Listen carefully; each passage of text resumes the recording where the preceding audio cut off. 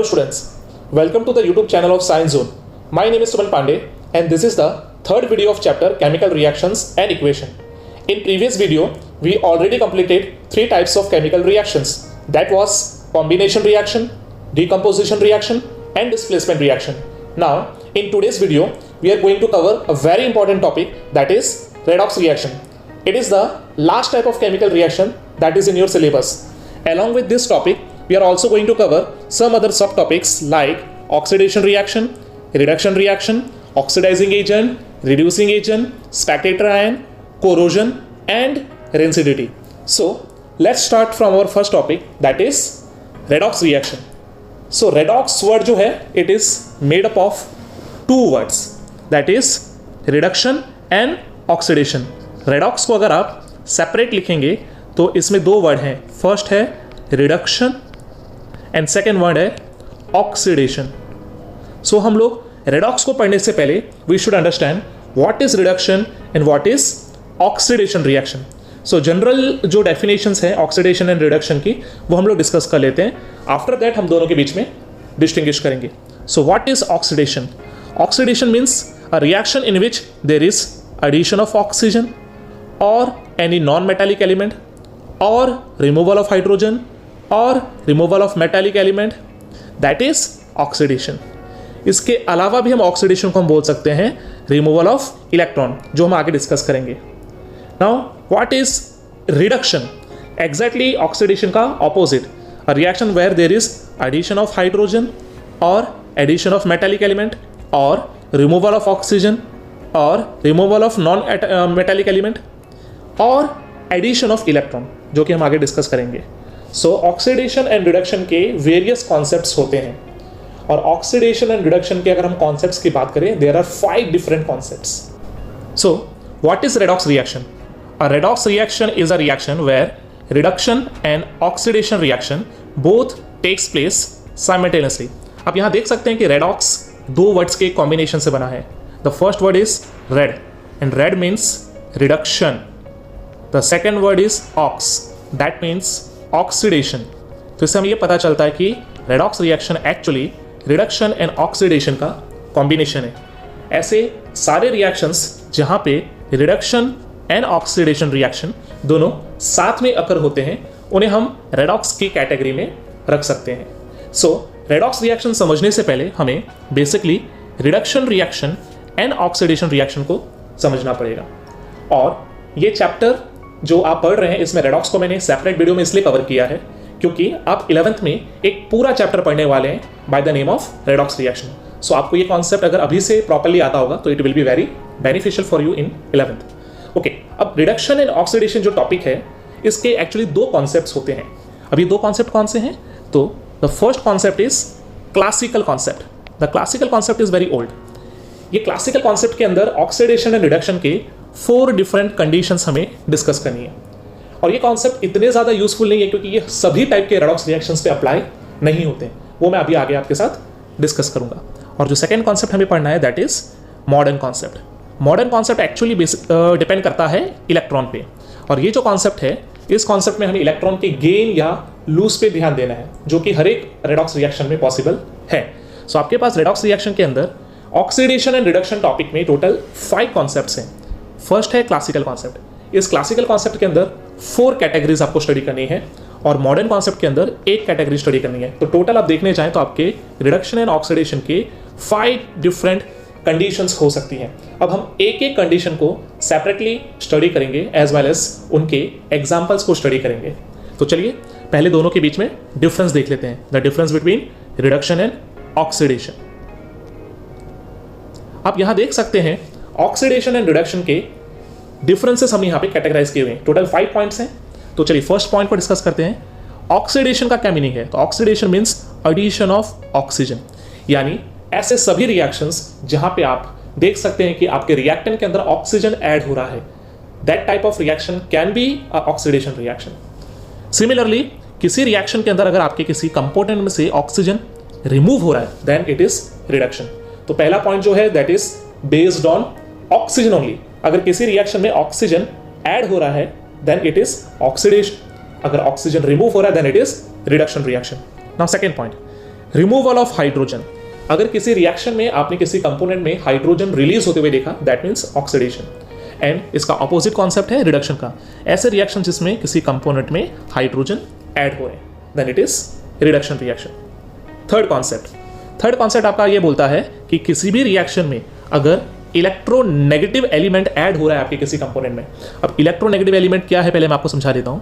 Electronegative element उन elements को बोला जाता है जिनके अंदर इलेक्ट्रॉन को अपनी तरफ अट्रैक्ट करने की टेंडेंसी है, या फिर जो इलेक्ट्रॉन डेफिशिएंट है, जिनको इलेक्ट्रॉन चाहिए, जिन्हें इलेक्ट्रॉन पसंद है। और आप शायद जानते होंगे कि इलेक्ट्रॉन जो है वो नॉन मेटल्स को पसंद है। नॉन मेटल्स जो है इलेक्ट्रॉन गेन करना चाहते हैं, they try to gain electron to complete their octet, they generally form negative ion. So हम बोल सकते हैं अगर किसी रिएक्शन के अंदर अगर इलेक्ट्रोनेगेटिव एलिमेंट, दैट मीन्स अगर कोई नॉन मेटल ऐड हो रहा है तो आप उसे ऑक्सीडेशन रिएक्शन के अंदर कंसीडर कर सकते हैं। सिमिलरली इसका ऑपोजिट भी होगा, अगर किसी रिएक्शन के अंदर इलेक्ट्रोनेगेटिव एलिमेंट रिमूव हो रहा है, यानी किसी तरह का नॉन मेटल उस रिएक्शन में से रिमूव हो रहा है, then it is reduction reaction. Fourth concept, removal of electropositive element. Electropositive, अब जैसा कि इलेक्ट्रोनेगेटिव मैंने बताया कि नॉन मेटल होता है, तो सिमिलरली इलेक्ट्रोपॉजिटिव मीन्स मेटल्स, जिन्हें इलेक्ट्रॉन पसंद नहीं है, जो इलेक्ट्रॉन रिलीज करना चाहते हैं, जिनका ऑक्टेट कंप्लीट करने के लिए they tends to remove their electron from their outermost shell. Those elements are generally metals और they are considered as electropositive element.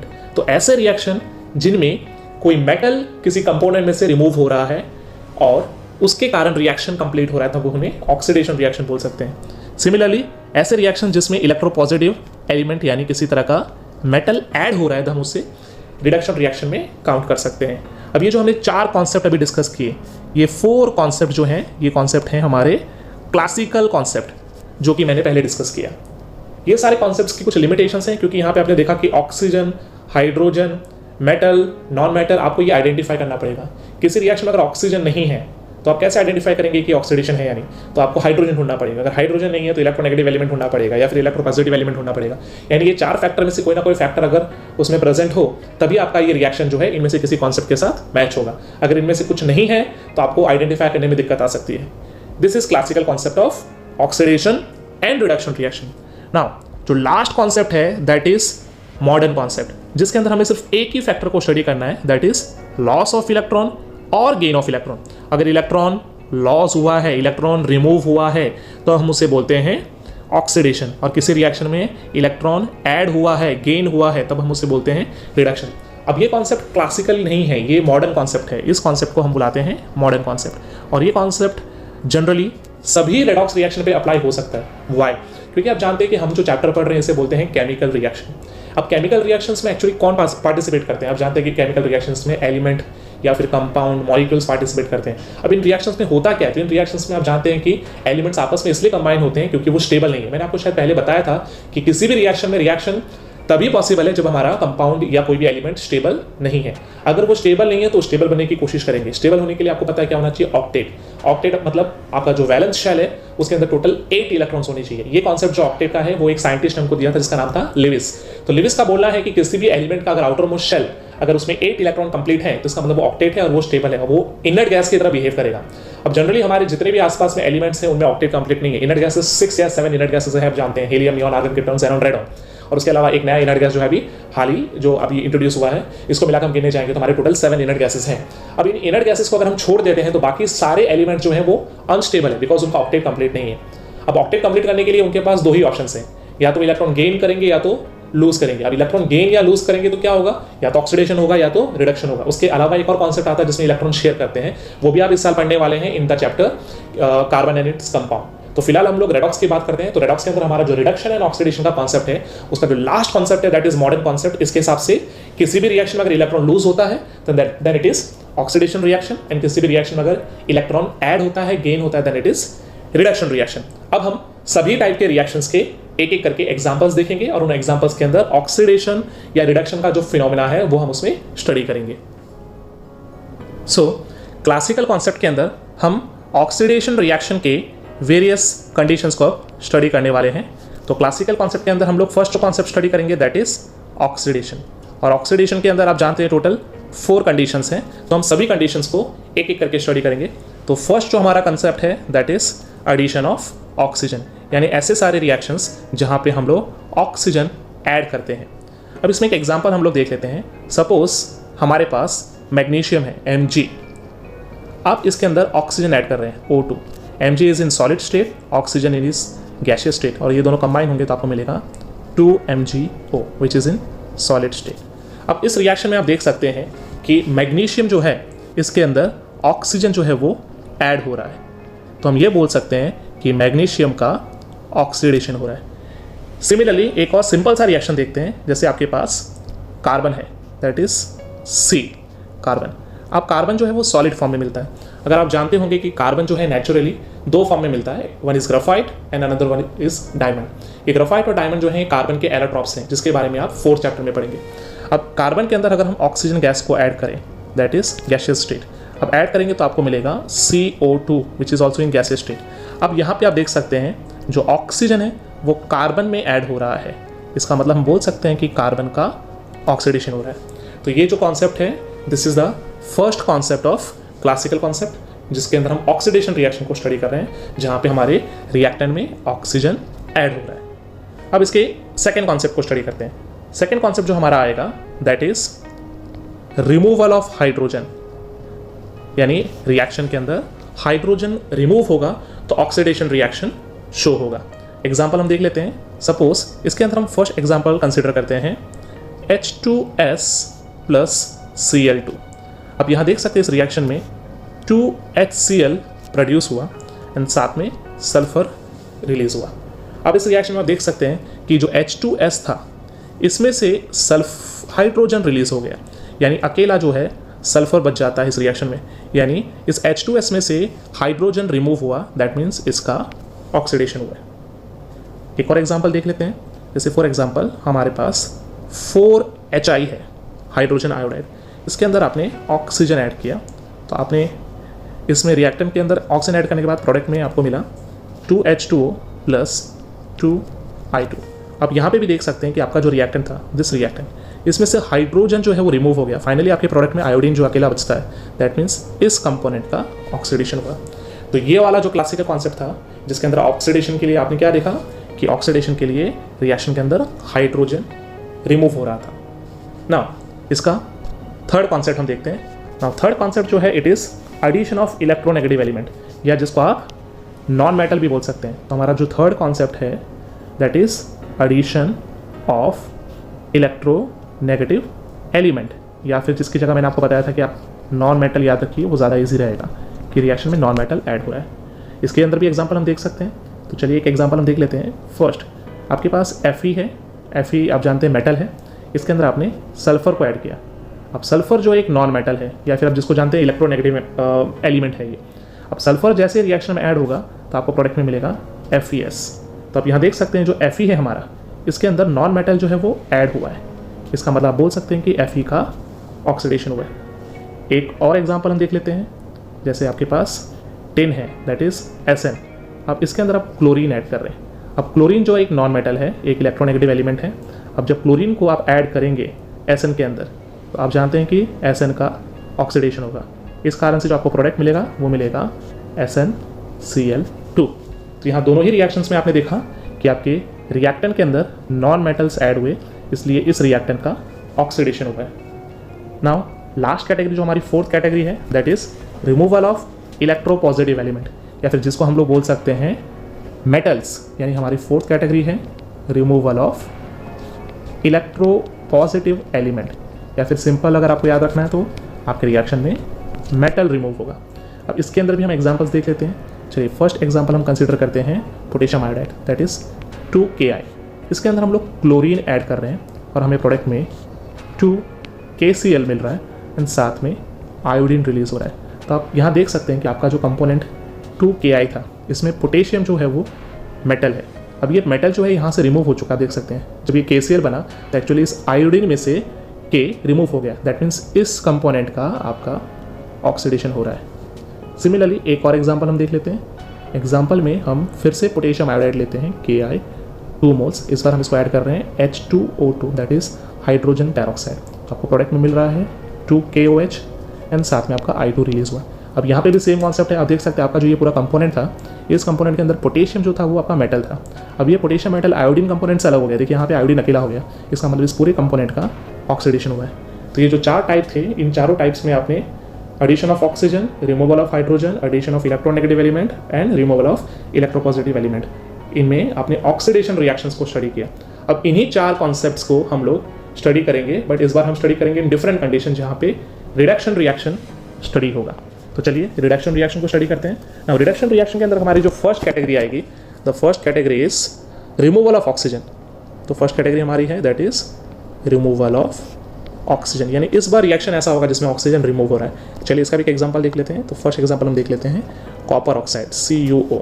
अब इस कॉपर ऑक्साइड के अंदर जब आप कार्बन ऐड करते हैं तो आपका कॉपर सेपरेट हो जाता है और कार्बन मोनोऑक्साइड फॉर्म होता है। अब आप यहाँ देख सकते हैं कि हमारा जो कंपोनेंट है दिस कॉपर ऑक्साइड, इसमें से ऑक्सीजन जो है वो अलग हो गया। आपने देखा कॉपर अब यहाँ पे प्रोडक्ट में अकेला है, दैट मीन्स इस कंपोनेंट के अंदर कॉपर ऑक्साइड जो है इसका रिडक्शन रिएक्शन हो रहा है। एक और एग्जाम्पल हम देख लेते हैं। जैसे हमारे पास कॉपर ऑक्साइड की जगह कार्बन है और इस बार वाटर के साथ है। तो एक और एग्जाम्पल में हम लोग यहाँ पे H2O ले लेते हैं और साथ में कार्बन ले लेते हैं। इस रिएक्शन में भी आप देख सकते हैं कि जो H2O है वो finally H2N carbon monoxide form कर रहा है। यानी आप देख सकते हैं यहाँ पे वाटर जो है इसमें से ऑक्सीजन जो है रिमूव हो गया, दैट मीन्स इसका रिडक्शन हुआ है। तो ये हमारा क्लासिकल कॉन्सेप्ट के अंदर रिडक्शन का फर्स्ट टाइप है, जहाँ पे किसी भी रिएक्शन के अंदर अगर ऑक्सीजन रिमूव हो रहा है तब हम उसे रिडक्शन रिएक्शन बुला सकते हैं। नाउ इसका सेकेंड टाइप हम स्टडी करते हैं। सेकेंड टाइप में हम करेंगे एडिशन ऑफ हाइड्रोजन। हमारा सेकेंड कैटेगरी जो आएगा इसमें that is addition of hydrogen reduction के लिए। इसके अंदर हम फर्स्ट एग्जांपल स्टडी करते हैं। तो फर्स्ट एग्जांपल जो हमारा है that is H2 + Cl2 gives 2HCl। तो आप इस रिएक्शन में देख सकते हैं कि जो क्लोरीन है इसमें हाइड्रोजन जो है वो ऐड हुआ।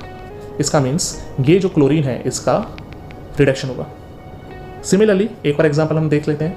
ये एग्जांपल एक ऑर्गेनिक एग्जांपल है जिसमें आप लोग यूज़ करेंगे इथीन दैट इज C2H4। आप इसमें हाइड्रोजन ऐड करेंगे तो आपको मिलेगा C2H6 जो कि इथेन होता है। इथीन से आपने इथेन बनाया। तो आप इस प्रोसेस में भी देख सकते हैं कि आपका जो कंपोनेंट था C2H4 विच वाज इथीन, इसमें आपने हाइड्रोजन ऐड किया जिसके कारण आपको प्रोडक्ट में इथेन मिला। इसका मतलब इथीन का रिडक्शन हो रहा है। ओके, नाउ इसका हम लोग थर्ड कॉन्सेप्ट देखते हैं। जो थर्ड कॉन्सेप्ट है हमारा that is removal of electronegative element, यानी इस बार आप नॉन मेटल रिमूव करने वाले हैं फॉर रिडक्शन रिएक्शन। तो इसके भी एग्जांपल को हम लोग स्टडी करते हैं। एग्जांपल में हम लोग कंसिडर करते हैं SnCl2 एंड ऐड करते हैं इसको 2HgCl2। अब यहाँ पे देख सकते हैं आप टिन का क्लोराइड है, इसको आपने मर्क्यूरी के क्लोराइड के अंदर ऐड किया तो आपको प्रोडक्ट में जो है वो मिला Hg2Cl2 एंड साथ में आपको मिला SnCl4। अब यहाँ पे देख सकते हैं कि यहाँ पे आपके पास जो मर्क्यूरी था, इस मर्क्यूरी के अंदर टोटल 2 and 2 यानी आपके पास टोटल 4 क्लोरीन्स थे, जबकि आप प्रोडक्ट में देखेंगे तो आपके पास ओनली 2 क्लोरीन है। इसका मीन्स ये कंपोनेंट जो है इसमें से क्लोरीन जो है which is a non metal, ये रिलीज हो गया, ये रिमूव हो गया। दैट मीन्स कि ये जो कंपोनेंट है ये हमें शो कर रहा है रिडक्शन। एक और एग्जांपल हम देख सकते हैं। एग्जांपल में इस बार हम लोग आयरन की क्लोराइड को कंसिडर करते हैं that is ferric chloride 2FeCl3। इसके अंदर हम हाइड्रोजन ऐड करते हैं तो हमें प्रोडक्ट में मिलता है 2FeCl2 एंड साथ में हमें मिलता है 2HCl। अब इस रिएक्शन में भी आप देख सकते हैं जो हमारा फेरिक क्लोराइड उसमें 2 × 3 यानी टोटल 6 क्लोरीन थे। आप यहाँ पे प्रोडक्ट में देख सकते हैं 2 × 2 यानी 4 क्लोरीन है। यानी आपके इस पूरे जो रिएक्टेंट है उसमें से क्लोरीन रिलीज हो गया। Chlorine is a non metal. तो आप बता सकते हैं कि इस रिएक्शन के अंदर ये जो कंपोनेंट है ये रिडक्शन रिएक्शन शो कर रहा है। तो ये हो गया हमारा रेडॉक्स के अंदर जो रिडक्शन रिएक्शन है उसके क्लासिकल कॉन्सेप्ट का थर्ड टाइप, जिसके अंदर आप इलेक्ट्रोनेगेटिव एलिमेंट को रिमूव कर रहे हैं। नाउ जो लास्ट टाइप है इसका फोर्थ टाइप, उसको स्टडी कर लेते हैं।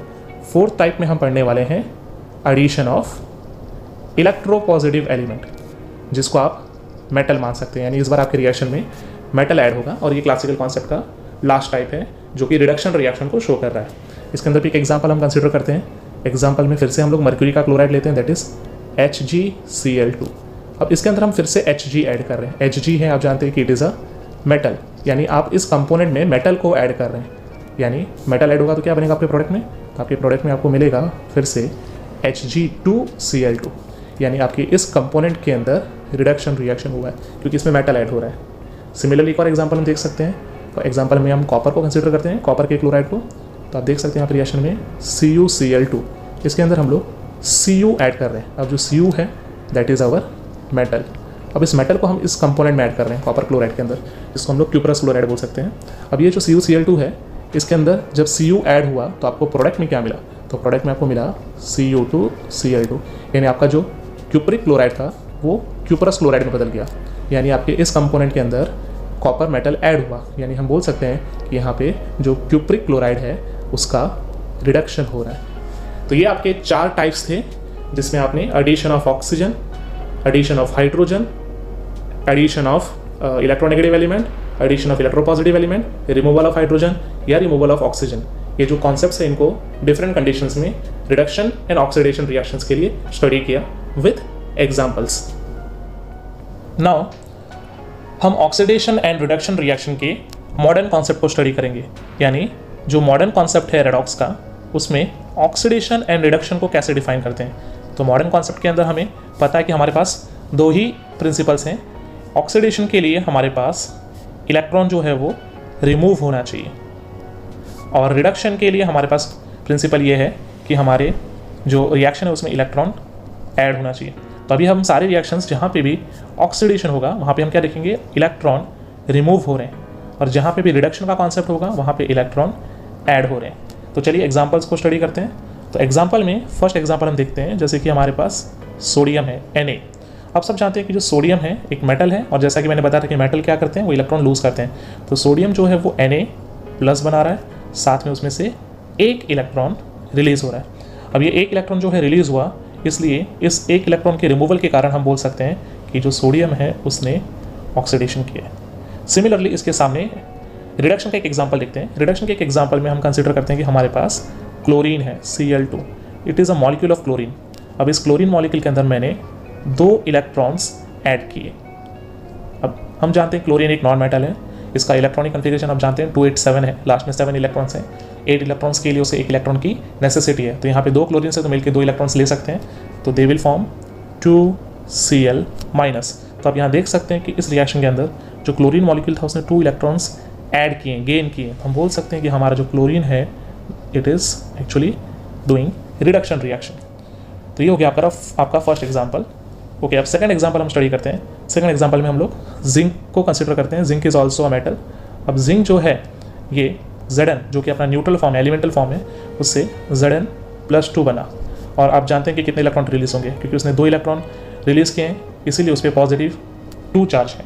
तो यहाँ पे भी रिएक्शन में आप देख सकते हैं कि 2 electrons are removed, so it is a oxidation reaction. सामने एक और एग्जाम्पल हम कंसिडर करते हैं सल्फर के लिए। अब सल्फर आप जानते हैं एक नॉन मेटल है। सल्फर का एटॉमिक नंबर आप जानते हैं 16 होता है, 286। उसको 2 इलेक्ट्रॉन की कमी है। तो अगर हम सल्फर के एटम के अंदर 2 इलेक्ट्रॉन ऐड करें तो इट विल कन्वर्ट इनटू सल्फर-2, जो कि इसका स्टेबल फॉर्म है, आयनिक फॉर्म है। तो अब यहाँ देख सकते हैं कि सल्फर जो एटम है उसने 2 इलेक्ट्रॉन गेन किए, तो हम बोल सकते हैं कि सल्फर ने रिडक्शन किया है। एक लास्ट एग्जाम्पल हम देख लेते हैं। लास्ट एग्जाम्पल में आप थोड़ा सा डिफरेंट एग्जाम्पल देखिए। जैसे ऑलरेडी यहाँ पे Fe+2 है। अब Fe जो +2 होता है इट इज़ फेरस। अब आप जानते होंगे कि Fe+2 फॉर्म में भी मिलता है, Fe+3 फॉर्म में भी मिलता है। ये आपने 9th में पढ़ा था कि कुछ ऐसे एलिमेंट्स होते हैं जो वेरिएबल ऑक्सीडेशन नंबर देते हैं या वेरिएबल वैलेंसी शो करते हैं। तो Fe भी उनमें से एक है। अब Fe जो +2 है वो Fe+2 से Fe+3 बन रहा है। अब जानते हैं हम यहाँ 2 से 3 बना, यानी 1 का डिफरेंस है। इसका मतलब इसने 1 इलेक्ट्रॉन रिलीज़ किया। अब यहाँ पे 1 इलेक्ट्रॉन रिमूव हो रहा है, इसका मतलब हम बोल सकते हैं कि Fe+2 जो है it is actually doing oxidation. हाँ, एक चीज़ आपको ये भी ध्यान देना कि Fe+2 से Fe+3 क्यों बनना पॉसिबल है। तो मैंने आपको बताया था कि केमिस्ट्री का दूसरा नाम स्टेबिलिटी है। तो एक्चुअली अगर Fe+2 और Fe+3 को अगर आप कंपेयर करेंगे, जो कि आप हायर क्लासेस में पढ़ेंगे, तो Fe+3 ज़्यादा स्टेबल होता है। तो यहाँ पे इसलिए फेरस से फेरिक आयन बनता है। एक एग्जाम्पल और देख लेते हैं। तो एग्जाम्पल में इस बार हम लोग कॉपर के आयन को कंसिडर करते हैं। आप सोचेंगे मेटल को कंसिडर कर रहे हैं, यस हम मेटल को कंसिडर कर रहे हैं, बट इस बार रिएक्शन जो है ऑपोजिट होने वाला है। जैसे हमारे पास कॉपर+2 है, यानी कॉपर ऑलरेडी पॉजिटिव फॉर्म में है। अब कॉपर जो +2 है इसके अंदर हम लोग ऐड कर रहे हैं 1 इलेक्ट्रॉन, तो ये क्या बन जाएगा, इट विल बिकम कॉपर+1। अब कॉपर+2 से +1 क्यों बना, क्योंकि उसने 1 इलेक्ट्रॉन गेन किया। अब यहाँ पे जो 1 इलेक्ट्रॉन है हमने जो ऐड किया था, इस इलेक्ट्रॉन के ऐड होने के कारण हम बोल सकते हैं कि जो कॉपर+2 है that is cupric ion. Cupric से आपका क्यूप्रस आयन बना है। तो तो ये जो क्यूबिक आयन है ये अपना रिडक्शन कर रहा है। तो ये सारे जो कॉन्सेप्ट हैं इसमें आपने देखा कि हमने सिर्फ एक ही जो फिनोमिना वो आपने इसमें अप्लाई किया कि इलेक्ट्रॉन हैं जो वो तो या तो रिमूव होंगे या तो ऐड होंगे। अगर वो रिमूव हो रहे हैं तो वो सारे रिएक्शंस आपके ऑक्सीडेशन हैं, और जहाँ पे भी इलेक्ट्रॉन ऐड हो रहे हैं वो सारे रिएक्शन आपके रिडक्शन रिएक्शंस होते हैं। नाउ हम हमारे मेन टॉपिक पे आ जाते हैं, दैट इज रेडॉक्स रिएक्शन। इस रिएक्शन को पढ़ने के लिए ही हमने ऑक्सीडेशन एंड रिडक्शन के कॉन्सेप्ट को समझा था। अब रेडॉक्स रिएक्शन में आप जानते हैं कि रिडक्शन एंड ऑक्सीडेशन फिनोमिना दोनों साथ में होता है। अब मैं एक एग्जांपल की मदद से अभी सारे कॉन्सेप्ट्स आपके रिवाइज करवाता हूँ। एक सिंपल सा एग्जांपल हम कंसिडर करते हैं। हम एग्जांपल कंसिडर कर रहे हैं कि मैग्नीशियम जो कि एक मेटल है उसमें ऑक्सीजन जो कि एक नॉन मेटल है ऐड हो रहा है, और प्रोडक्ट में हमको मिल रहा है 2MgO, that is magnesium oxide. अब देखिए डिफरेंट कॉन्सेप्ट्स में इसमें अप्लाई कर रहा हूँ, जो भी हमने अभी पढ़ा वो सब कुछ यहाँ पे अप्लाई कर रहा हूँ जो भी पॉसिबल है। अब सबसे पहले हम लोग क्लासिकल कॉन्सेप्ट को अप्लाई करने की कोशिश करते हैं। तो क्लासिकल कॉन्सेप्ट हमने पढ़ा था, अगर किसी कंपोनेंट में अगर ऑक्सीजन ऐड हो रहा है तो हम उसे क्या बोलते हैं, ऑक्सीडेशन। यानी इससे हमें पता चल गया कि मैग्नीशियम का ऑक्सीडेशन हो रहा है। दूसरा कॉन्सेप्ट हमने पढ़ा था क्लासिकल में कि किसी कंपोनेंट में अगर कोई नॉन मेटल ऐड हो रहा है तब हम उसे क्या बोल सकते हैं, ऑक्सीडेशन। इसलिए हम मैग्नीशियम का बोल सकते हैं कि ऑक्सीडेशन हो रहा है। अब इसका ऑपोजिट भी देख सकते हैं, आपके प्रोडक्ट में मैग्नीशियम ऑक्साइड बन रहा है, यानी हम ऐसा भी तो बोल सकते हैं कि मैग्नीशियम ऑक्सीजन में ऐड हो रहा है। और क्योंकि मैग्नीशियम इज़ अ मेटल, तो आप क्लासिकल कॉन्सेप्ट के हिसाब से ये भी बोल सकते हैं कि किसी रिएक्शन में अगर किसी कंपोनेंट में मेटल ऐड हो रहा है दैट मीन्स उस कंपोनेंट का रिडक्शन रिएक्शन हो रहा है। यानी आपने यहाँ पे मैग्नीशियम का ऑक्सीडेशन होने के लिए दो कॉन्सेप्ट देखे, एक में आपने देखा कि ऑक्सीजन ऐड हो रहा है और दूसरे में आपने देखा कि नॉन मेटल ऐड हो रहा है। जबकि ऑक्सीजन का रिडक्शन हो रहा है, इसको समझने के लिए आपने कौन सा कॉन्सेप्ट देखा कि इसमें मेटल ऐड हो रहा है। हाइड्रोजन वाला कॉन्सेप्ट यहाँ पे अप्लाई इसलिए नहीं हो सकता क्योंकि इस रिएक्शन में हाइड्रोजन अवेलेबल नहीं है। तो हमारे पास टोटल 4 कॉन्सेप्ट थे, 4 में से हमने 3 कॉन्सेप्ट यहाँ लगा दिया, ऑक्सीजन का लगा दिया हमने, मेटल का लगा दिया, नॉन मेटल का लगा दिया। हाइड्रोजन को इसलिए नहीं लगा पाए क्योंकि इस रिएक्शन में हाइड्रोजन अवेलेबल नहीं है। लेकिन अब अगर हम उस पर मॉडर्न कॉन्सेप्ट लगाते हैं तो मॉडर्न कॉन्सेप्ट में क्या पढ़ा था हम लोगों ने, इलेक्ट्रॉन्स। अब क्योंकि इस रिएक्शन में आप देख सकते हैं इलेक्ट्रॉन है ही नहीं, but actually electron her reaction में होता है। अब वही हमें स्टडी करना है। तो आप सब जानते हैं कि मैग्नीशियम जो है, मैग्नीशियम का एटॉमिक नंबर जो है वो होता है 12। तो अगर मैग्नीशियम की अगर हम बात करें तो इसका एटॉमिक नंबर 12 होता है। अगर इसका इलेक्ट्रॉनिक कन्फिग्रेशन हम लिखने जाएँ तो KLM, यानी इसके K शेल में 2 इलेक्ट्रॉन्स, फिर 8 इलेक्ट्रॉन्स एंड लास्ट में 2 इलेक्ट्रॉन्स, यानी इसके टोटल वैलेंस इलेक्ट्रॉन कितने हैं, 2। अब ये ऑक्टेट बनाना चाहता है तो इसलिए 2 इलेक्ट्रॉन जो है ये क्या करेगा, लूज़ करेगा। अगर ये 2 इलेक्ट्रॉन लूज़ करेगा तो आप जानते हैं जो मैग्नीशियम है उसका जो आयनिक फॉर्म है वो होगा Mg+2, क्योंकि इसकी वैलेंसी +2 आएगी। ओके, अब सिमिलरली अगर हम बात करें ऑक्सीजन की, तो ऑक्सीजन के बारे में आप जानते हैं कि ऑक्सीजन जो है इसका एटॉमिक नंबर जो है इट इज़ 8। अगर इसका इलेक्ट्रॉनिक कन्फिग्रेशन की हम बात करें तो KL दैट इज़ 2,6। अब इसके आखिरी में 6 इलेक्ट्रॉन है। अब क्योंकि इसको 8 इलेक्ट्रॉन चाहिए इसलिए 2 इलेक्ट्रॉन क्या कर सकता है, गेन कर सकता है। और क्योंकि ये 2 इलेक्ट्रॉन गेन करेगा तो इसका मतलब ऑक्सीजन जो है वो O-2 इस फॉर्म में एग्जिस्ट करेगा, नेगेटिव आयन की फॉर्म में। ये आपको इसलिए मैंने समझाया कि आपको पहले से पता चले कि मैग्नीशियम की वैलेंसी +2 है और ऑक्सीजन की वैलेंसी -2 है। अब रिएक्शन की बात करते हैं। अब रिएक्शन में वापस से लिख रहा हूँ, Mg+O2 गिव्स 2MgO। अब इस रिएक्शन को बैलेंस करना पड़ेगा, तो यहाँ पे आप जानते हैं कि मुझे यहाँ पे 2 मैग्नीशियम लगाना पड़ेगा, तब हमारा इक्वेशन बैलेंस हो जाएगा। अब क्योंकि आप देख सकते हैं कि यहाँ पे मैग्नीशियम एक एलिमेंट है, और जब भी कोई एलिमेंट होता है तो उसके ऊपर चार्ज कितना होता है, 0। यानी हम लिख सकते हैं कि हाँ मैग्नीशियम का चार्ज 0 है। ये जो चार्ज है या वैलेंसी है इसे हम लोग बुलाते हैं ऑक्सीडेशन नंबर। ये जो चार्ज होता है हम इसे क्या बोलते हैं, ऑक्सीडेशन नंबर। इसे ऑक्सीडेशन स्टेट भी बोलते हैं, लेकिन ऑक्सीडेशन स्टेट एलिमेंट पे अप्लाई नहीं होता, वो कॉम्प्लेक्स पे अप्लाई होता है, जिसके बारे में आप 12th में पढ़ेंगे। ये एक्चुअली ऑक्सीडेशन नंबर का कॉन्सेप्ट भी है, वो 11th में ही पढ़ने वाले हैं, लेकिन इसका यूज़ अभी से आप सीख लेंगे तो आपके लिए अच्छा होगा। तो ये जो मैग्नीशियम का चार्ज है ये 0 है, ये उसका ऑक्सीडेशन नंबर है। सिमिलरली अगर हम ऑक्सीजन की बात करें तो ऑक्सीजन एक मॉलिक्यूल है और इस पर कोई चार्ज नहीं है, इसका मतलब इसका भी चार्ज 0 है। तो आपको याद रखना है किसी भी एलिमेंट या किसी भी मॉलिक्यूल का जो चार्ज होता है वो 0 होता है, यानी एलिमेंट और मॉलिक्यूल का ऑक्सीडेशन नंबर हमेशा 0 होता है। अच्छा, अब इससे पहले मैंने आपको जो मैग्नीशियम और ऑक्सीजन की वैलेंसी निकाल के बताई थी वो कितनी थी, तो आपको ध्यान होगा कि मैग्नीशियम की जो वैलेंसी है इट वाज +2 एंड ऑक्सीजन की वैलेंसी कितनी होती है, -2। तो आप जानते होंगे आपने 9th में पढ़ा था कि मैग्नीशियम और ऑक्सीजन जब कंबाइन होते हैं तो +2 एंड -2 इनका क्रॉस मल्टीप्लिकेशन होता है। उसके बाद ही मैग्नीशियम ऑक्साइड फॉर्म होता है। तो इससे आप समझ सकते हैं कि यहाँ जो मैग्नीशियम ऑक्साइड आप प्रोडक्ट में देख रहे हैं, एक्चुअली इसमें मैग्नीशियम +2 है एंड ऑक्सीजन -2 है। यहाँ तक आपको समझ में आ गया होगा। अब इसके आगे का कॉन्सेप्ट देखिए। तो आगे के कॉन्सेप्ट को समझने के लिए मैं वापस से इक्वेशन रीराइट करता हूँ। तो हमारा इक्वेशन था magnesium that is 2 moles plus oxygen gas magnesium oxide. अब यहाँ पे वापस से मैं सबकी वैलेंसी लिख रहा हूँ। इसका चार्ज 0, ऑक्सीजन का चार्ज 0, मैग्नीशियम का +2, ऑक्सीजन का -2।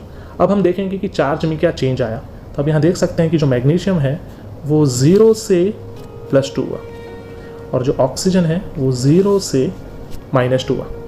ओके, अब 0 से +2 का मतलब क्या है? 0 से +2 का मतलब ये हुआ कि मैग्नीशियम ने 2 इलेक्ट्रॉन लूज किए और 0 से -2 का मतलब है ऑक्सीजन ने 2 इलेक्ट्रॉन गेन किए।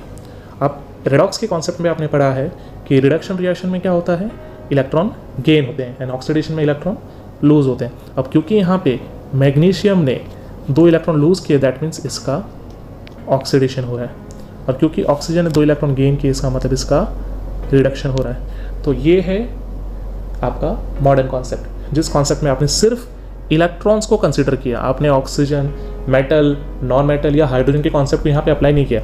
आपने सबकी वैलेंसी चेक की, और वैलेंसी चेक करना सबसे बेटर आइडिया है, क्योंकि ऑक्सीजन, हाइड्रोजन या बाकी मेटल्स या नॉन मेटल्स आइडेंटिफाई करने में आपको दिक्कत हो सकती है, बट वैलेंसी आपको ईजिली पता हो सकता है, बिकॉज आपने 9th में पढ़ा है। आपको इलेक्ट्रॉनिक कन्फिगरेशन, एटॉमिक नंबर अगर आता है तो आप ये ईजिली चेक कर सकते हैं। तो अब यहाँ देख सकते हैं कि 2 इलेक्ट्रॉन जब लूज हुआ था तो ऑक्सीडेशन हुआ मैग्नीशियम का, और यहाँ पे क्योंकि 2 इलेक्ट्रॉन गेन हुआ तो ऑक्सीजन का रिडक्शन हुआ। क्योंकि ये दोनों चीज़ें साथ में हो रही है तो हम लोग बोल सकते हैं कि ये एक तरह का रेडॉक्स रिएक्शन है।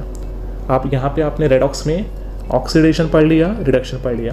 अब इस टॉपिक के अंदर 2 नए टर्म्स भी आपको स्टडी करने हैं। वो कौन से मैं आपको बताता हूँ। One is oxidising agent and second one is reducing agent. अब वो क्या है, तो आप इस रिएक्शन के अंदर देख सकते हैं कि मैग्नीशियम ने जो अपने 2 इलेक्ट्रॉन रिलीज किए थे, लूज किए थे, वही 2 इलेक्ट्रॉन ऑक्सीजन ने गेन किए।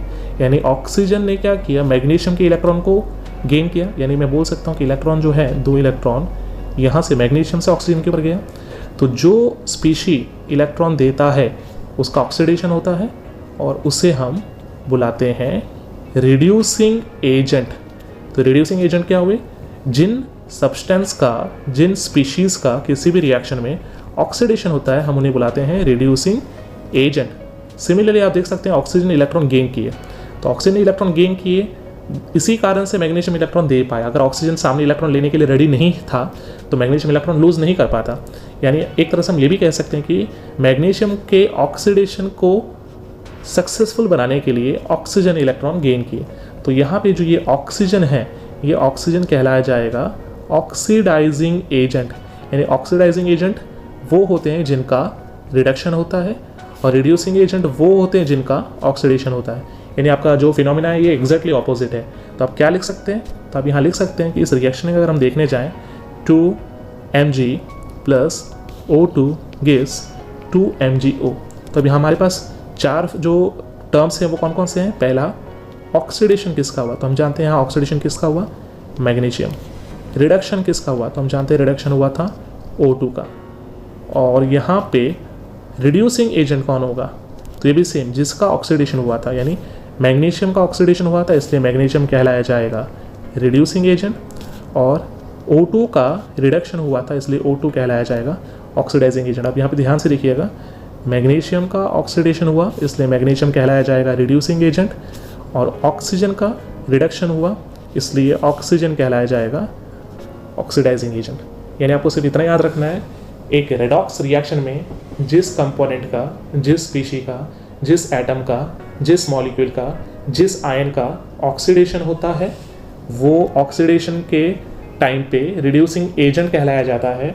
जिस एटम का, जिस मॉलिक्यूल का, जिस आयन का, जिस स्पीशी का रिडक्शन होता है उसे हम ऑक्सीडाइजिंग एजेंट बुलाते हैं।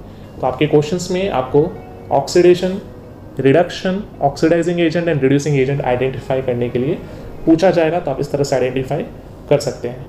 एक और एग्जाम्पल हम लोग देखते हैं। नाउ हम सेकंड एग्जाम्पल में कॉपर CuO, कॉपर ऑक्साइड के अंदर हाइड्रोजन ऐड करते हैं। अब यहाँ पे हम देख सकते हैं कॉपर और H2O रिलीज हुआ। अब इसमें अगर हम लोग क्लासिकल कॉन्सेप्ट लगाते हैं तो बहुत सिंपल हमारे लिए, हम जानते हैं कि जो कॉपर है, इस कॉपर ऑक्साइड में से ऑक्सीजन निकल गया, और ऑक्सीजन निकलने को हम क्या कहते हैं कि इसका रिडक्शन हुआ। या फिर हम ऐसा बोल सकते हैं इस ऑक्सीजन के अंदर जो है, सॉरी ये हाइड्रोजन के अंदर ये ऑक्सीजन ऐड हुआ, इसका मतलब इसका ऑक्सीडेशन हुआ है। यानी अब यहाँ पे हमने कॉन्सेप्ट कौन सा लगाया, क्लासिकल कॉन्सेप्ट, हमने 2 चीज़ें देखी, ऑक्सीजन और हाइड्रोजन।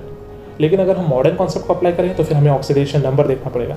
अब ऑक्सीडेशन नंबर क्या होता है, तो ऑक्सीडेशन नंबर समझने के लिए हमें इक्वेशन वापस से रीराइट करना पड़ेगा। तो इक्वेशन थी CuO plus H2 gives Cu plus H2O। अब इस इक्वेशन में ध्यान से देखिए कि ऑक्सीजन जो है मैंने आपको बताया था कि -2 होता है, तो अगर ऑक्सीजन -2 है तो कॉपर क्या होना चाहिए, +2, तभी वैलेंसी सेटिस्फाई होगी।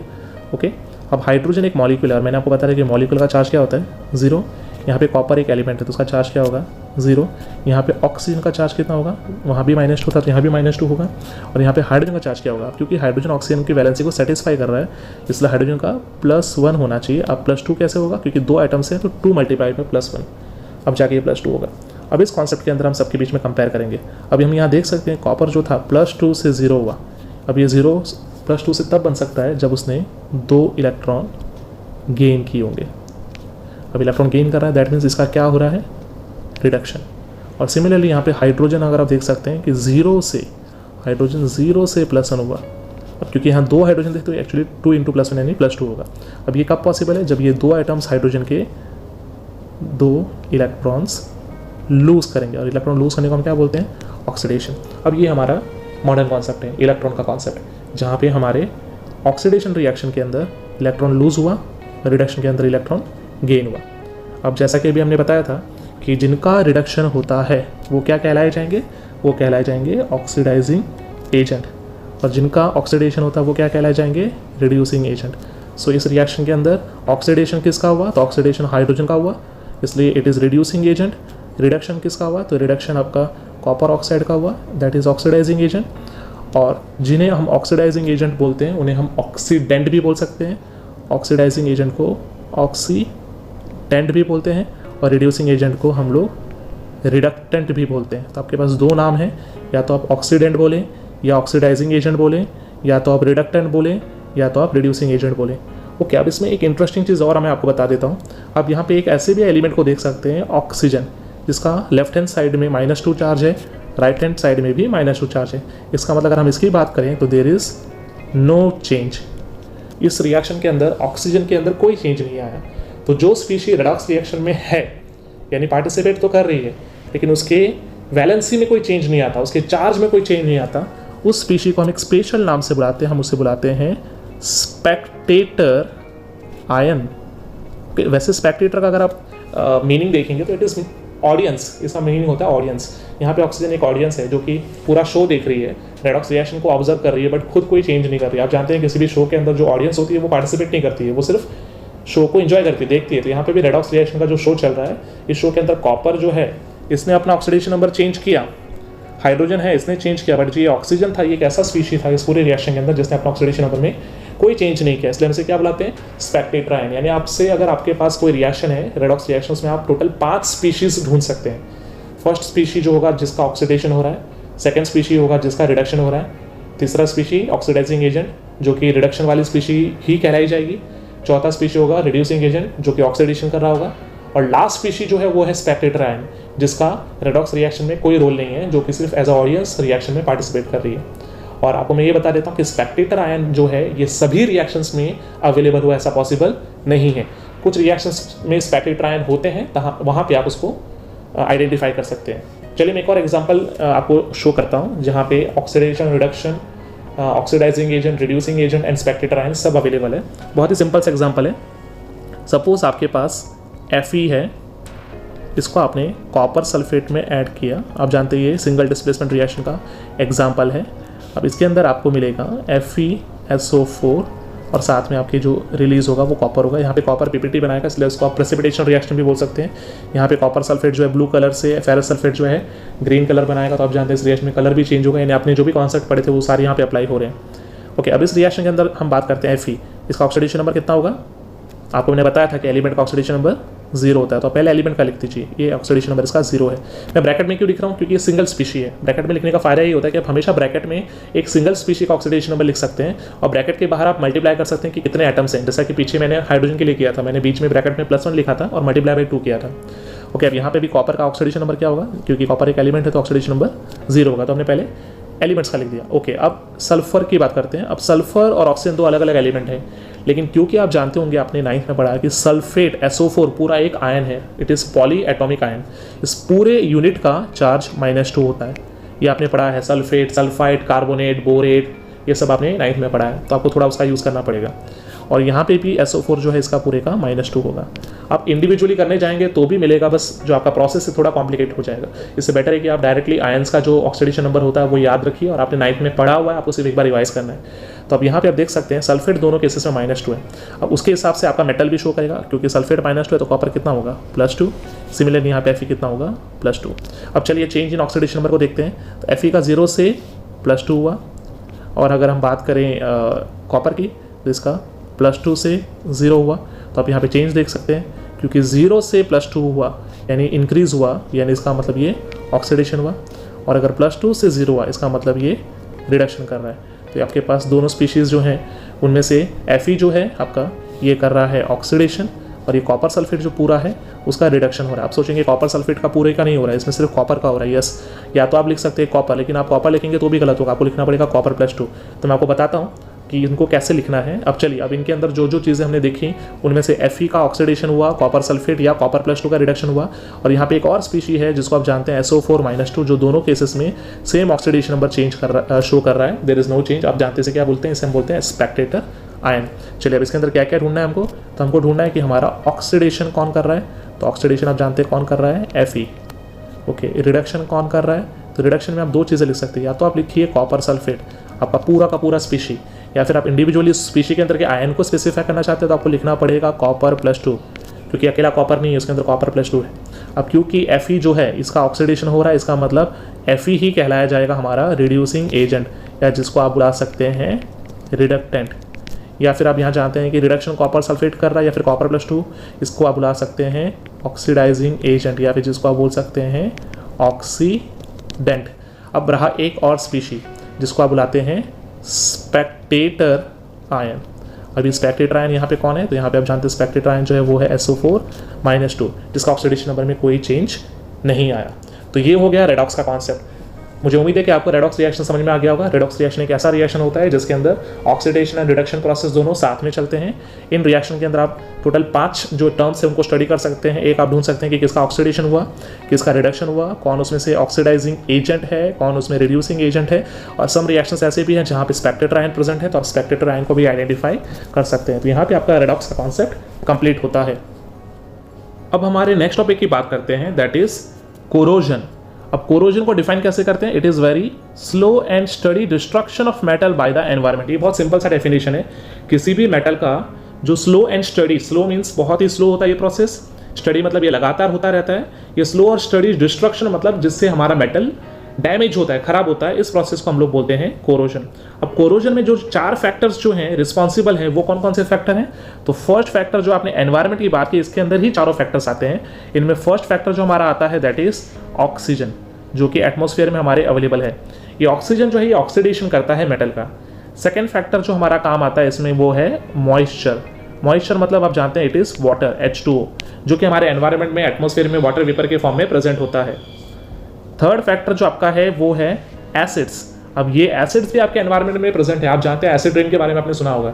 इवन जो आप ब्रीथ आउट कर रहे हैं, आप जो CO2 रिलीज कर रहे हैं, ये CO2 भी एटमॉस्फेयर के H2O के साथ कंबाइन होके H2CO3 बनाता है, दैट इज कार्बोनिक एसिड। यानी ये एसिड भी आपके एनवायरनमेंट में ही प्रेजेंट है। एंड लास्ट फैक्टर जो इसमें है वो है सॉल्ट्स। सॉल्ट्स भी आपके एनवायरनमेंट में प्रेजेंट है। अगर मान लीजिए आपके एनवायरनमेंट के अंदर आप पानी की बात करें, सी वाटर की बात करें, वहाँ पे भी सॉल्ट्स हैं। तो मेटल्स अगर सॉल्ट्स के सॉल्यूशन के प्रेजेंस में होंगे तो वो ज़्यादा जल्दी कोरोजन करेंगे। तो ये 4 फैक्टर जिनमें oxygen, moisture, acids and salts, ये चारों फैक्टर्स रिस्पॉन्सिबल हैं कोरोजन के। इट इज़ नॉट नेसेसरी कि ये चारों फैक्टर एक साथ प्रेजेंट हो। इनमें से कुछ फैक्टर साथ में प्रेजेंट हो सकते हैं, नहीं हो सकते, इनमें से कुछ फैक्टर एब्सेंट भी हो सकते हैं, लेकिन इनमें से कोई भी अगर फैक्टर है प्रेजेंट किसी मेटल के पास तो मेटल कोरोजन की प्रॉपर्टी शो कर सकता है। अब कोरोजन के अपने क्या क्या जो इफेक्ट्स हैं वो देखे होंगे। तो कोरोजन में आपने नोटिस किया होगा कि कोरोजन में सबसे जो कॉमन एग्जांपल है that is rusting of iron. आप जानते हैं कि आयरन पे रस्ट फॉर्म होता है, दैट इज रस्टिंग, जो सबसे सिंपल एग्जांपल है। आपने देखा होगा आयरन के आर्टिकल्स अगर नए होंगे तो बिल्कुल शाइनी होंगे, फिर उनके ऊपर ब्राउन कलर की, लाइट या डार्क ब्राउन कलर की जो लेयर बनती है दैट इज रस्टिंग।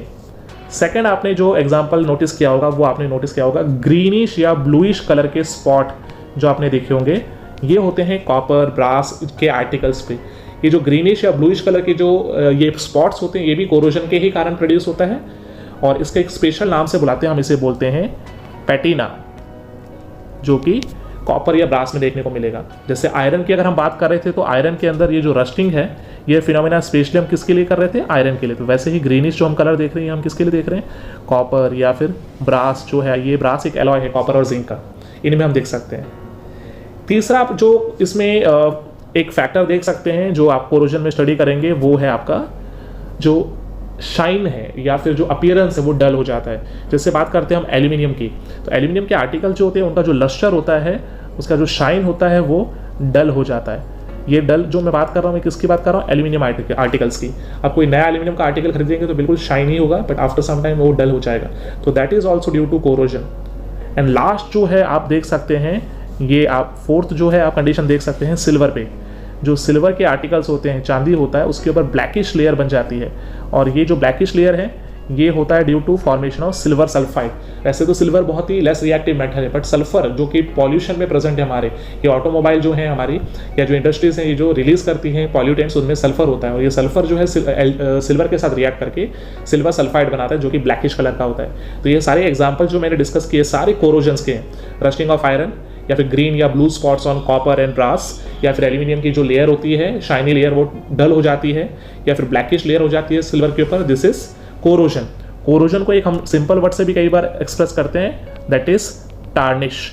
टार्निश का मीनिंग हुआ कि जो आउटर शाइनी लेयर है अगर वो लेयर डल हो जाए तो हम उसे टार्निश बोलते हैं। तो यहाँ पे एल्यूमिनियम या सिल्वर जो है हम उसके लिए टार्निश वर्ड भी यूज कर सकते हैं। तो कोरोजन में हमारे सिलेबस में हमको जो पढ़ना है that is corrosion of iron. तो आयरन का कोरोजन बहुत सिंपल हमें दिखता है, बट एक्चुअली ये काफ़ी कॉम्प्लेक्स प्रोसेस है। हम लोग इस प्रोसेस को थोड़ा सा समझते हैं, उसके लिए एक एग्जांपल हम देख लेते हैं। मान लीजिए कि ये जो मैंने डायग्राम आपके सामने रखा है ये एक मेटल है, ये एक आयरन का सरफेस है।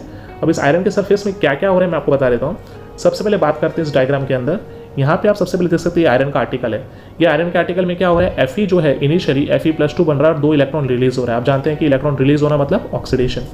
यहाँ पे एक्चुअली एक रेडॉक्स रिएक्शन हो रहा है, इसलिए रेडॉक्स के अंदर हम कोरोजन कॉन्सेप्ट को पढ़ रहे हैं। तो Fe जो है इनिशियली Fe से Fe+2 बनाता है, इसका ऑक्सीडेशन होता है।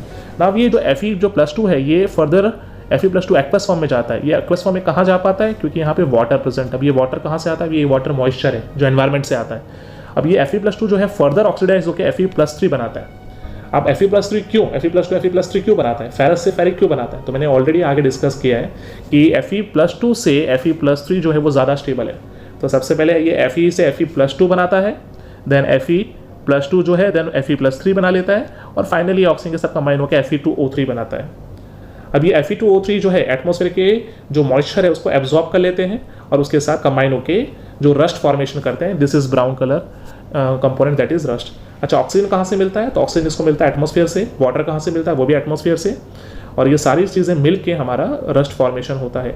अगर हम इसका सिंपल इक्वेशन देखने जाए रस्ट का, तो आप ये इक्वेशन याद रख सकते हैं, 4Fe + 3O2 + 2 moles of XH2। मैं यहाँ X क्यों लिख रहा हूँ, क्योंकि जो ये X से ये एनवायरमेंटल कंडीशन पर डिपेंड करता है। जितना ज़्यादा वाटर या मॉइस्चर अवेलेबल होगा उतने मॉलिक्यूल्स ऑफ X उसमें ऐड हो सकते हैं, और ये जो मॉइस्चर है ये वेरिएबल है, ये वेरी कर सकता है।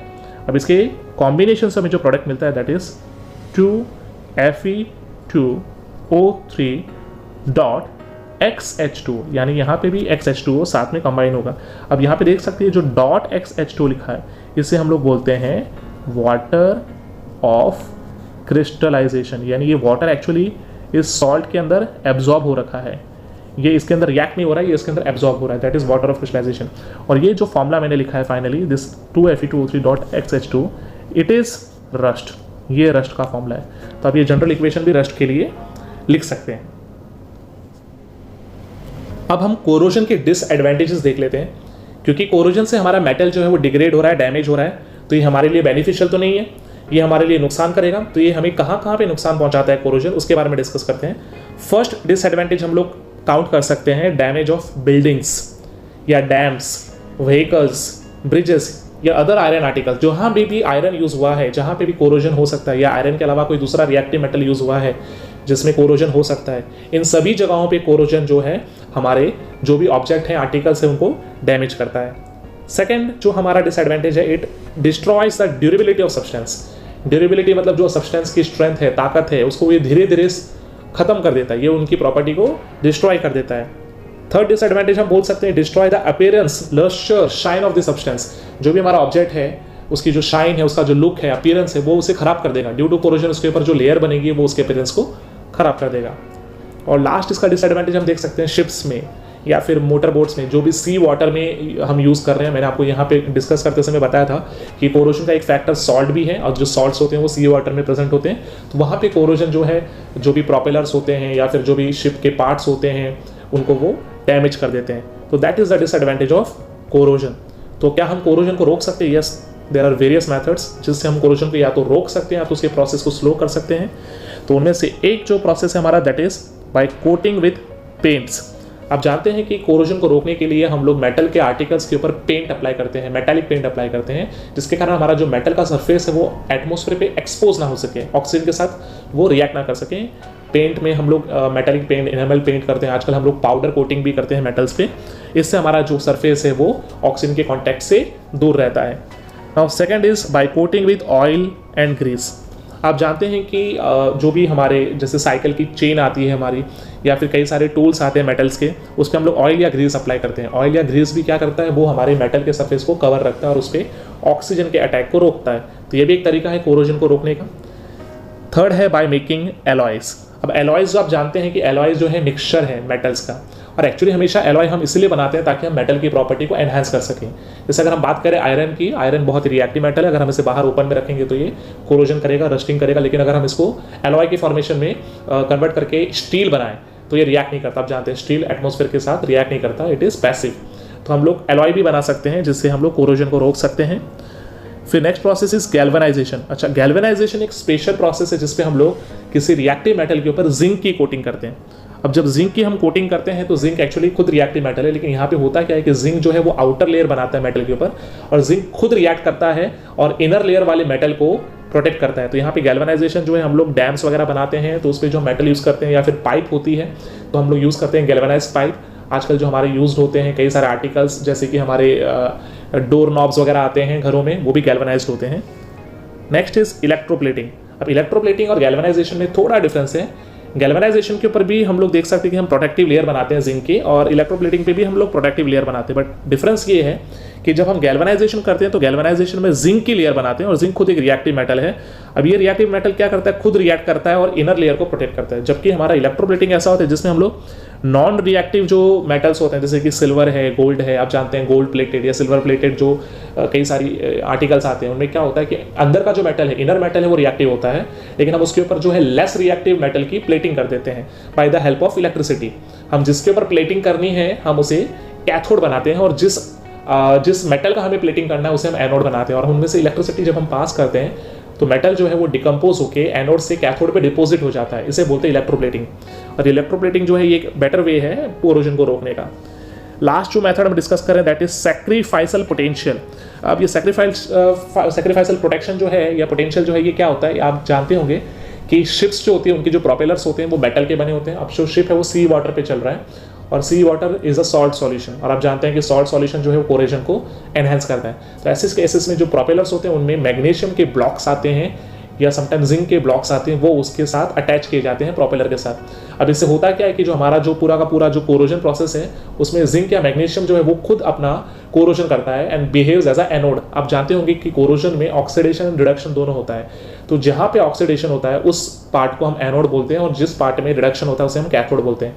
तो यहाँ पे हमारा जो मैग्नीशियम या जिंक है वो एज अ एनोड बिहेव करता है, वो अपना ऑक्सीडेशन करता है, यानी वो खुद का सेक्रीफाइस करता है और हमारे प्रोपेलर के मेटल को प्रोटेक्ट करता है। या फिर हम लोग कई बार पोल्स वगैरह जो हैं ज़मीन में जो हम पोल्स लगाते हैं, तो जो पोल्स हम डग करते हैं और लगाने के लिए उन पिट में हम लोग मैग्नीशियम के पीसेस भी डाल देते हैं। तो उससे होता है कि हमारा जो पोल का पोर्शन जो ज़मीन के नीचे रहता है वो ऑक्सीडाइज ना हो, वो रिएक्ट ना हो, तो वो जो मैग्नीशियम के पीसेस हैं वो खुद का ऑक्सीडेशन करते हैं, खुद को सेक्रीफाइस करते हैं हमारे जो पोल के मेटल को प्रोटेक्ट करने के लिए। तो ये सारे जो मैथड्स है इससे हम कोरोजन्स को रोक सकते हैं। तो that is the disadvantage of corrosion and methods to prevent corrosion. अब एक बात ये आती है कि क्या कोरोजन कहीं पे हमारे लिए यूजफुल है? वैसे तो कोरोजन हमारे लिए ज़्यादातर डिसएडवांटेज क्रिएट कर रहा है, बट कुछ जगह है जहाँ पे कोरोजन को हम लोग एज अ यूज़ कर सकते हैं, एज अ यूजफुल कॉन्सेप्ट की तरह यूज़ कर सकते हैं। एग्जाम्पल में आप देख सकते हैं कि एल्यूमिनियम की अगर हम बात करें तो हम जानते हैं कि एल्यूमिनियम एक रिएक्टिव मेटल है और आयरन भी रिएक्टिव मेटल है। अब एक्चुअली रिएक्टिविटी सीरीज में अगर हम देखने चाहें तो aluminium is more reactive than iron, लेकिन आपने नोटिस किया होगा कि जो हमारे यूटेंसिल्स हैं, हमारे बर्तन हैं, वो हम एल्यूमिनियम के बनाते हैं, ना कि आयरन के। अब यहाँ पे एल्यूमिनियम का जो कोरोजन है वो उसके लिए बेनिफिशियल है। आयरन जो है रस्टिंग करता है तो वो धीरे धीरे पूरे आयरन के आर्टिकल पर डैमेज करता है, जबकि एल्यूमिनियम के ऊपर जब कोरोजन होता है, जिसको मैंने बताया था टार्निशिंग, तो जब एल्यूमिनियम टार्निश होता है तो उसके ऊपर एक लेयर बन जाती है उसके ऑक्साइड की, और ये लेयर जो है ये प्रोटेक्टिव है, ये पैसिव है। ये लेयर जो है ये अंदर के एल्यूमिनियम मेटल को एटमॉस्फेयर के साथ रिएक्ट करने से रोकती है, इसलिए हम एल्यूमिनियम के यूटेंसिल्स बना सकते हैं बट आयरन के नहीं। तो यहाँ पे जो लेयर है हमारा जो कोरोजन का, वो हमारे लिए काम कर रहा है एज अ प्रोटेक्शन। या फिर इसके अलावा अभी मैंने जो डिस्कस किया था गैल्वेनाइजेशन, तो गैल्वेनाइजेशन में भी मैंने बताया था कि जो जिंक की कोटिंग हम करते हैं किसी मेटल के ऊपर, वो जिंक ऑक्सीडेशन करता है, ये कोरोजन करता है, लेकिन ये कोरोजन करते समय अंदर के मेटल को क्या करता है? प्रोटेक्ट करता है। तो ये एक तरह का एडवांटेज है कोरोजन का। या फिर अभी जो मैंने लास्ट में बात की थी सैक्रिफाइसल पोटेंशियल या सैक्रिफाइसल एनोड या सैक्रिफाइसल प्रोटेक्शन, यहाँ पे जैसे मैंने मैग्नीशियम की बात की थी या फिर एल्यूमिनियम जिंक की बात की थी, जिनको हम लोग शिप्स में प्रोपेलर्स में यूज़ कर रहे थे। तो यहाँ पे भी ये खुद का कोरोजन करते हैं और बाकी जो प्रोपेलर के मेटल है उसको प्रोटेक्ट करते हैं। तो that is the advantage of corrosion. Now the last topic of our chapter is rancidity. So what is rancidity? Rancidity is a oxidation of fat. जब फैट कंटेनिंग या ऑयल कंटेनिंग फूड स्टफ को atmosphere में expose करते हैं तो जो fat है oxidise हो जाता है, और इनके ऑक्सीडेशन से जो प्रोडक्ट प्रोड्यूस होता है उसके कारण फूड की क्वालिटी, टेस्ट, फ्लेवर, ऑर्डर, इनमें अनडिजायरेबल चेंजेस आ जाते हैं। तो उसके कारण हमारा जो फूड स्टफ है वो स्पॉइल हो जाता है। That is rancidity. रेंसिडिटी के बेसिकली 3 टाइप्स होते हैं। First is hydrolytic rancidity. Hydrolytic rancidity जो है वो वाटर के कारण होता है, वाटर मॉलिक्यूल्स के कारण हमारा फैट जो है वो स्प्लिट हो जाता है। देन ऑक्सीडेटिव रेंसिडिटी, जहाँ पे ऑक्सीजन जो है वो हमारे फैट मॉलिक्यूल्स के साथ रिएक्ट करता है, जनरली अनसैचुरेटेड फैट के साथ रिएक्ट करता है। और जो लास्ट है हमारा वो है माइक्रोबियल रेंसिडिटी, जहाँ पे माइक्रोब्स यानी माइक्रो ऑर्गेनिज्म, जिनमें बैक्टीरिया जैसे ऑर्गेनिजम्स हो सकते हैं जो एंजाइम रिलीज करते हैं, वो हमारे फैट को डिकम्पोज करते हैं। और इन सारे ही प्रोसेस में जो भी प्रोडक्ट बनता है, ये प्रोडक्ट जो है हमारे फूड की क्वालिटी को या टेस्ट को डैमेज कर देता है। That phenomena is rancidity. अब रेंसिडिटी को हम कैसे रोकें? तो रेंसिडिटी को रोकने के लिए हमारे पास कई सारे मेथड्स हैं। जैसे फर्स्ट मेथड हमारा ये है to store the food in air tight container. अब क्योंकि हमने डिस्कस किया कि रेंसिडिटी का जो रीज़न है वो एयर है, या फिर बोल सकते हैं एयर के अंदर जो ऑक्सीजन है, तो अगर हम फूड को एयर टाइट कंटेनर में स्टोर करें तो हम रेंसिडिटी को प्रिवेंट कर सकते हैं। Next is storing the food in refrigerator. Refrigerator भी एक ऑप्शन है आपका, जिसके अंदर आपका जो फूड है वो सेफ रह सकता है, रेंसिडिटी हम प्रिवेंट कर सकते हैं। तीसरा है एडिंग एंटीऑक्सीडेंट्स। एंटीऑक्सीडेंट्स ऐसे केमिकल्स होते हैं या फिर उन्हें ऑक्सीजन स्कैवेंजर बोलते हैं। ये केमिकल्स क्या करते हैं, आपके किसी भी फूड प्रोडक्ट में से ऑक्सीजन को जो है वो एब्जॉर्ब कर लेते हैं, वो ऑक्सीजन को उसमें से यूज़ कर लेते हैं। तो आपका ऑक्सीजन जो है वो फूड को कंज्यूम नहीं कर सकता, उसके साथ रिएक्ट नहीं कर सकता। और लास्ट जो इसमें मेथड है that is storing the food into environment of nitrogen. आपने देखा होगा आपके जो भी वेफर्स के पैकेट हैं, चिप्स के पैकेट हैं, ये जो पैकेजिंग आती है इसके अंदर आपने देखा एक एयर फिल किया होता है। अब वो जो एयर है वो नॉर्मल एयर नहीं है, that is nitrogen. Nitrogen almost inert होता है, तो हम लोग जब पैकेट्स को नाइट्रोजन से फ्लश करते हैं तो उसमें से ऑक्सीजन रिमूव हो जाता है। अब उसके बाद जब हम लोग उसके अंदर फूड आर्टिकल्स को, जो भी ऑयल कंटेनिंग फूड आर्टिकल्स को स्टोर करेंगे तो वो ज़्यादा समय तक फ्रेश रहेंगे, क्योंकि ऑक्सीजन उसमें नहीं होगा। तो आपके जो ऑक्सीडेशन प्रोसेस उसको आप रोक सकते हैं और रेंसिडिटी को रोका जा सकता है। So these are the methods which are used to prevent rancidity. So students, now आपका चैप्टर यहाँ पे फिनिश होता है। आपको इस चैप्टर के अंदर बैलेंसिंग के क्वेश्चंस ज़्यादा से ज़्यादा करने चाहिए टू बूस्ट योर कॉन्फिडेंस। उसके अलावा यहाँ पे जितने भी टाइप के केमिकल रिएक्शंस हैं, इन सभी रिएक्शंस के ऑलमोस्ट 2 to 3 एग्जाम्पल्स आपको आने चाहिए। मैंने ट्राई किया कि बहुत ही सिंपल मैनर में सारे चैप्टर को मैंने एक्सप्लेन किया है, बट इवन दो अगर किसी को कोई डाउट है या किसी तरह का कन्फ्यूजन है, they can ask me in the comment section. So that's all for today. See you in the next video with new chapter. Till then, keep learning, keep revising, and keep practicing.